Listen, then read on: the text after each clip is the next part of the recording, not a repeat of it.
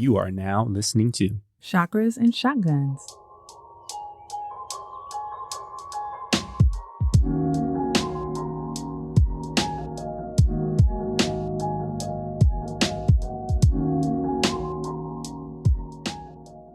Welcome to Chakras and Shotguns, the podcast that guides you on a journey of spiritual development and personal preparedness. I'm Mick, a marketer, energy healer, and prepper.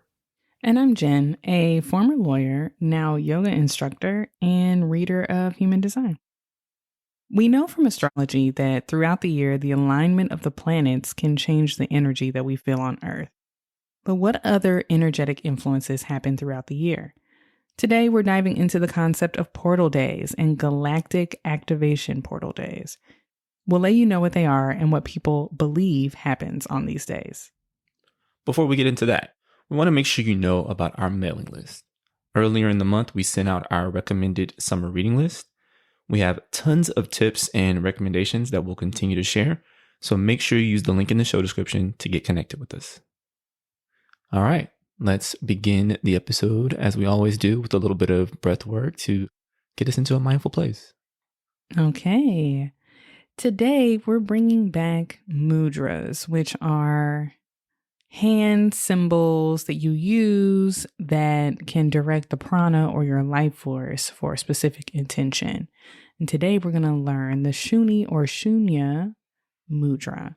So this one's really easy. You just connect the tip of your middle finger to the tip of your thumb, and you let the rest of your fingers just be relaxed and straight. So finding a comfortable seat, hands in this mudra, or in the meantime, you can ground a little bit with your hands facing down. And let's take a deep inhale in through your nose.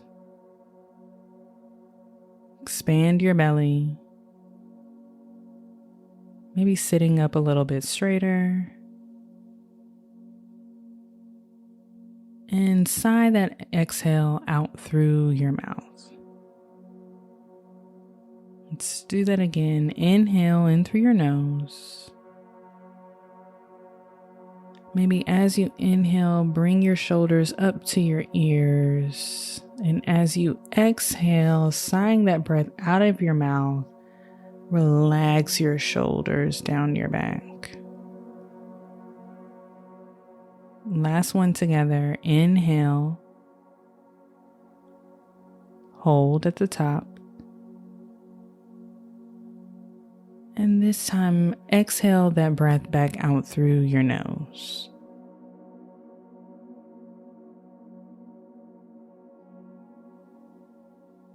Now that we're aware of our breath, try matching your inhales to your exhales, breathing deeply in and out. If you had your hands grounding you face down, let's go back to the Shuni mudra, tip of your middle finger to the tip of your thumb, and just gently relax your hands into your lap. And try and clear your thoughts, your worries, your plans, just for a moment. This mudra purifies your emotions and your thoughts, and it improves your intuition and your senses. So as you practice this meditation, experiment with focusing on each of your senses, almost like a bystander, not assigning any value to what you hear, feel, taste, smell.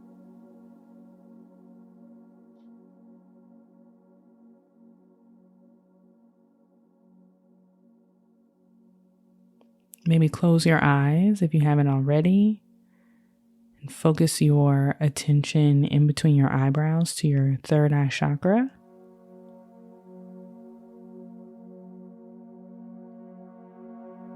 And find stillness.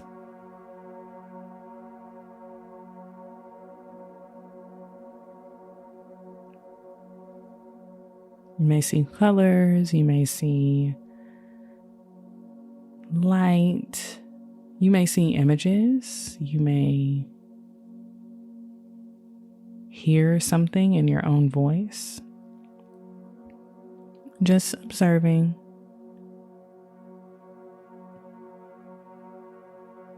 Not trying to decode or rationalize your way through the experience.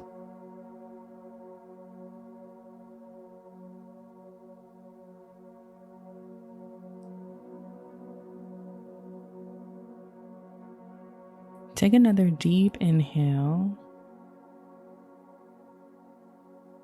filling yourself up with gratitude for this moment that you found to be still, to be focused, to practice meditation. Exhale that breath back out through your mouth. Softly open your eyes. Maybe keep your gaze lowered for a few moments. Bring your hands back down, face down, somewhere on your body to ground yourself.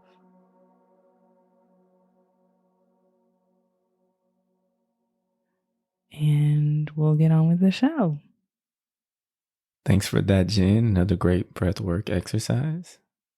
Yeah, I thought bringing mudras back in would be fun, something a little bit different. There's so many. The challenge for me is describing them via audio. So I stick to the easy ones, but I thought that one was cool. That one was interesting. We're always trying to improve our intuition around here. So love it. Love it. All right. So let's get into the main topic today, all about portal days. Now, we get into a lot of weird kind of out there stuff on this podcast, but I gotta say this topic of portal days specifically is one that I've low key in the past called bullshit on. I just wasn't really feeling it when I first heard it.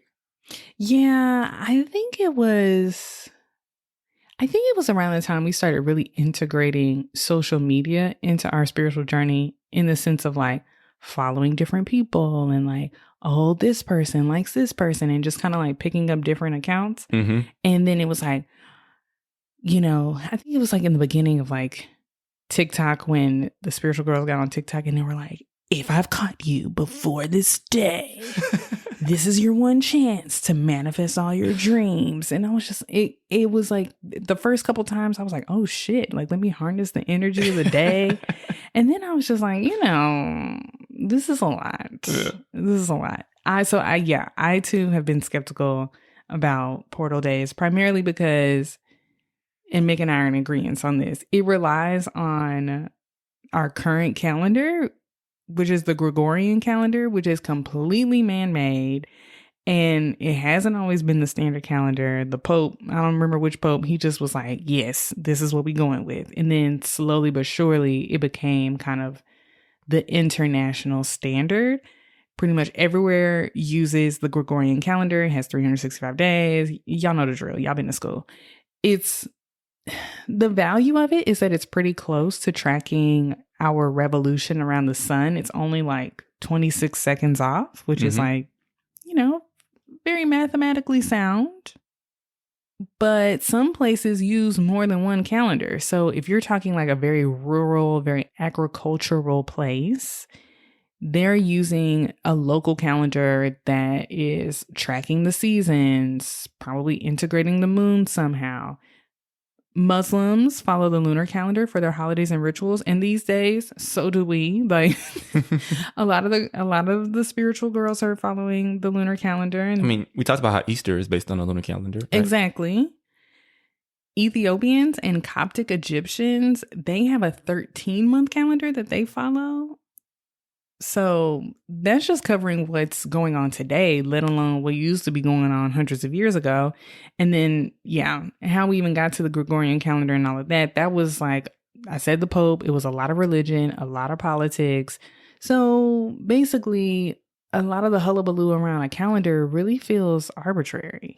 Yeah. So I think even as we kind of approached this topic and we're thinking about it and researching it, it was kind of all right, well, we'll kind of take the perspective of we're sitting at one of those tables with the big change my mind sign on it. Mm-hmm. And I think there's some good stuff here, some things that you can definitely take with you, right? Like we always say, take what works for you and leave what doesn't. So I think even in this discussion, there are some things that you can take, and other things, if you're not feeling it, leave it there, because we're not 100% on this as well. Yeah. So let's get into it. Mick, what exactly is a portal day? So a portal day, it is marked by numerical sequences within a date. So think 11/11, November 11th, December 12th, 12/12. This episode in particular is right on time because there's actually a big one coming up on August 8th or 8/8. And yeah, we'll get into the details of that one a little bit later. All right. So the theory behind portal days is that on these days, the veil between the cosmos and Earth is thinner. The veil is basically understood as the energetic separation between our world and the rest of the universe. So when it's thin, the energy is therefore extremely palpable, and there are intersections of time waves that make receiving the cosmic knowledge easier. This isn't limited to portal days and like the definition of portal days, because we hear about that for Halloween. Exactly. I was going to say, thank you. I appreciate you breaking down the definition of the veil, because when I was like a very spiritual newbie, people kept talking about the veil is thin right now. I was like, what veil are they talking about? What's going on? What veil? So I appreciate you breaking that down right there. You're welcome. I used to, I was always watching Charmed and Sabrina, and I was always into the sci-fi and the witchiness of it all. So I had a working knowledge of the veil. Got it. I was literally about to say, like, I never watched that show, Stargate SG-1, but I feel like this whole like portal and veil and cosmic energy and stuff, I feel like it's something they would have talked about there. Hold on. You never watched Stargate? I did not. Was that like a regular in your household? It was a regular for me. I mean, okay. I thought our nerdiness was like... That's one that missed me. Stargate was my shit back then. I was a Star Trek Enterprise kid. I'm gonna see if we can stream it. I wonder if it's still good. It's gonna be grainy though. It's gonna be an SD in it. I'll check it out with you. One of my line brothers is big on it, so like, maybe I'll check it out. All right, so let's take a little detour real quick. I want to talk about portals for a second. Apparently, portals are like a real phenomenon. Like according to NASA, and we'll link the article from NASA's website in the show note. There are basically these times and places on Earth where there are uninterrupted paths that are 93 million miles long, and they connect the magnetic field of the Earth to the magnetic field of the Sun. The article goes on to say that NASA's Themis spacecraft and Europe's Cluster probe have made observations that suggest these portals open and close dozens of times per day. So hearing that, asking the question, is it possible that on certain days, portals to the sun or other parts of the universe could be open for longer periods of time? I mean, maybe. Okay, that's a lot. That's a lot. And see, that's a whole lot. Because I'm thinking about who's coming bibbity bobbity boo through them portals. You know what I mean? I feel you. It's very Stargate. It's very Stargate. I've never even watched Stargate, but Stargate, I use context clues. I feel like it's relevant. And what are they not telling us? I'm about to really put my tinfoil hat on. What else do they know?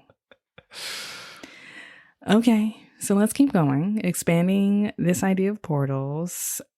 And I think this is where Mick and I have had a hard time with buying into portal days, because the idea is that these portals open up based on the numerology of the dates, which is similar to the concept of angel numbers, like when you see them on a clock or on a license plate or whatever. And the idea is that the repeating date numbers produce an energy that opens portals. But like tying that to the arbitrariness of calendars, and also depending on where you are, what calendar are you following? Yeah. And then people write the dates in different orders and stuff now. So does that make, you know what I mean? I guess I guess it would be like date number. Yeah. Or it'd be date then month as opposed to month and day. So you should still get the repeating. But anyway. I write the dates the European way in my journals. I always thought it was so chic. So Parisian. So yeah, I think to Jen's point though, I have a hard time with portal days simply occurring because of numerology on the calendar. But I do want to point out the Lion's Gate portal, which is the one I talked about earlier, and that is coming up on August 8th. There's a little more behind it than it just being 8/8. Basically, around that date, the sun is about halfway between the summer solstice and the autumnal equinox. The sun is in Leo at this time, which is where the name Lion's Gate comes from. Also at this time, the brightest star in our sky that we can see at night, which is Sirius, it aligns with the constellation of Orion's belt.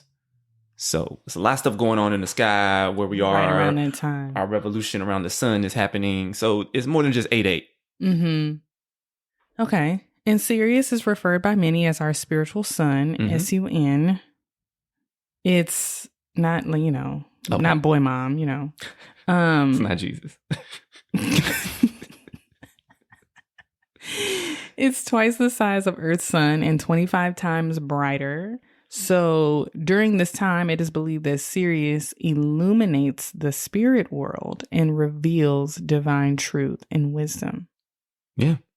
So a lot going on at that time. And so what people say they observe with the Lion's Gate is that there's heightened energies. It is meant to awaken dormant spiritual abilities and intuitive gifts. People have increased clarity, insights, deeper connection with their higher selves and their spirit guides.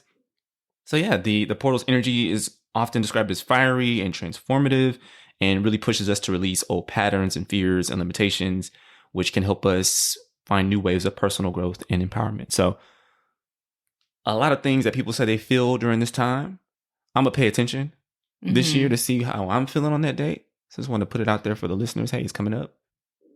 See how you're feeling. Yeah. And we'll also, at the end of this episode, talk about how to work with these days in particular. So Absolutely. We'll get into that. So to summarize, portal days are days that have repeating numerical values in the date, and that can lead to some interesting energetics happening if you're paying attention. All right, so that's portal days. Let's talk now about what are called Galactic Activation Portal Days, or GAP days. These originated from Mayan astrology. I'm going to call these like super duper portal days. Galactic activation. The Mayans were like super mathematically advanced, and they had a unique understanding of time and its relationship with cosmic energies. Their complex calendar system, known as the Zolkin. I feel like, if you ever seen that Vine where that girl was trying to say SZA's name, and she was like, that's what that was looking like to me. So the Zolkin consisted of 260 days, with each day associated with a specific combination of a number and a glyph. Yeah, so within the system, the Mayans identified certain days as Galactic Activation Portal Days.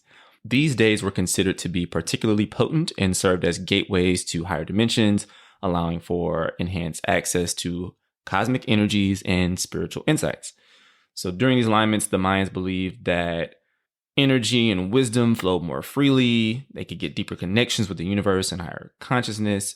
So again, very similar to the portal days that we just discussed, but this was more based on the Mayans' calendar. These gap days, GAP days, for short, they don't line up with the numerology of the dates, though. And so there are people that calculate the GAP days each year and post them online, just for fun. There are 62 gap days for 2023. Are we calling them gap? We calling them GAP? What are we calling them? Go for it, gap. Okay. The next few days are August 5th, the 10th, the 13th, the 18th, the 24th, and the 31st. So August got them all up in there. And there's a blog that we found from a woman named Sabine Angel where she lists all of the gap days for 2023. We'll link that in the show notes. Yeah, so I think for me, when I think about like the gap days versus like the portal days, I find myself gravitating more toward the gap days because I feel like the Mayans, they just knew a whole lot that we still haven't really figured out. Okay. In the energies and how they work with things. So I'm more inclined to believe that there may be something going on with gap days. Just my personal thought. Okay. How you feel? No, that sounds good to me. I mean, it's kind of sad though, because there's a lot of evidence of a lot of lost knowledge. Mm-hmm. And I think there's also a lot of hubris that threw away a lot of potential knowledge, Mm-hmm. particularly when it comes out of indigenous places and not Europe. And I think even when it was discovered, right, it was kind of like, I mean, I guess they were kind of sophisticated, but there wasn't a lot of time spent like really trying to understand Mm-hmm. all of that information. Mm-hmm. So, yes, I think there's a lot to be discovered there, and it's very, very interesting that these civilizations were able to like study time and chart the stars and understand, build clocks and calendars when seventh grade history is like savages, Mm-hmm. Mm-hmm. So yes, I probably would lean that way too, versus the Gregorian calendar when the Pope was just like, I'm sick of this lunar shit. And like, this other calendar keeps moving Easter around and I really want to keep Easter where it's at. Like, it was very political. Yeah. And yeah, the drivers and like the things that were incentivizing the powers that be to have us go to the Gregorian calendar weren't like purely spiritual minded. Agreed. All right. So how can we potentially work with the energy on these days? Few tips. So first, we're going to sound like a broken record here, but meditation. We're big meditators over here. We always are pushing folks to spend more time just kind of getting quiet and focusing on what's going on inside of them and see what comes up. And so particularly on these days when there's so much energy that's kind of flowing around, it would be a great time to just kind of sit in silence and see if you can connect with your higher self or with the divine wisdom that exists. Mm-hmm. Number 2, write out your manifestations. So a lot of people say that on these days, because that veil is thin and there's so much energy going around, that you can manifest things a lot faster. And writing is a very powerful tool for manifestation. So just spend some time writing down your manifestations. You want to write them in the present tense to call them to you. And yeah, we'll see if that can accelerate the things that you want to bring into your life. And then the third thing I will say is spend some time in nature. I think nature to me is medicine. There's just so much that we lose when we spend all of our time indoors. A lot of these indigenous cultures, they would go and spend like really alone time sitting in the forest or into the jungle in solitude.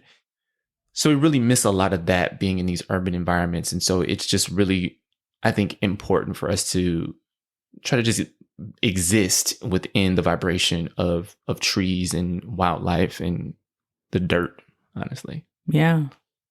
To add to that, it is a lot of energy swirling around. So you might feel a little off. You can feel more tired. You can be highly emotional, easily triggered. So to Mick's point about being in nature, grounding outside with your feet in the dirt, taking a nice Epsom salt bath, like salt being of the earth, like doing some self-care around these days is also really important. To add to your meditation point, and like just in general about what we've been talking about, you also might want to pay really close attention to your dreams and, writing down, even if your dreams are crazy like mine, because mine kind of jump all over the place, but trying to just write down as many details as you remember. And you'll start to get in the practice of that as well. I think that'll be helpful, but also, it's always good to write down your dreams. Are you going to take your own advice there? Because let me tell you, Jen don't like to write her dreams down. She likes to just tell them to me so that I'll remember them. Yeah. Like I'm her stenographer. Mm-hmm. I like to just tell them to him. So I said it out loud and then I make him interpret them. And then he tells me to write them down. And then I eventually do it. One last thing I want to say, and I'm really going to bake your noodle when I say this. Okay.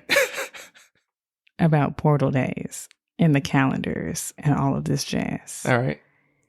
So, going back to our time episode, if we believe that the whole timeline, including like our individual timelines, but like the timeline for humanity is pretty much laid out, okay? And all of this is laid out by a divine intelligence, far more intelligent than any of us could ever be.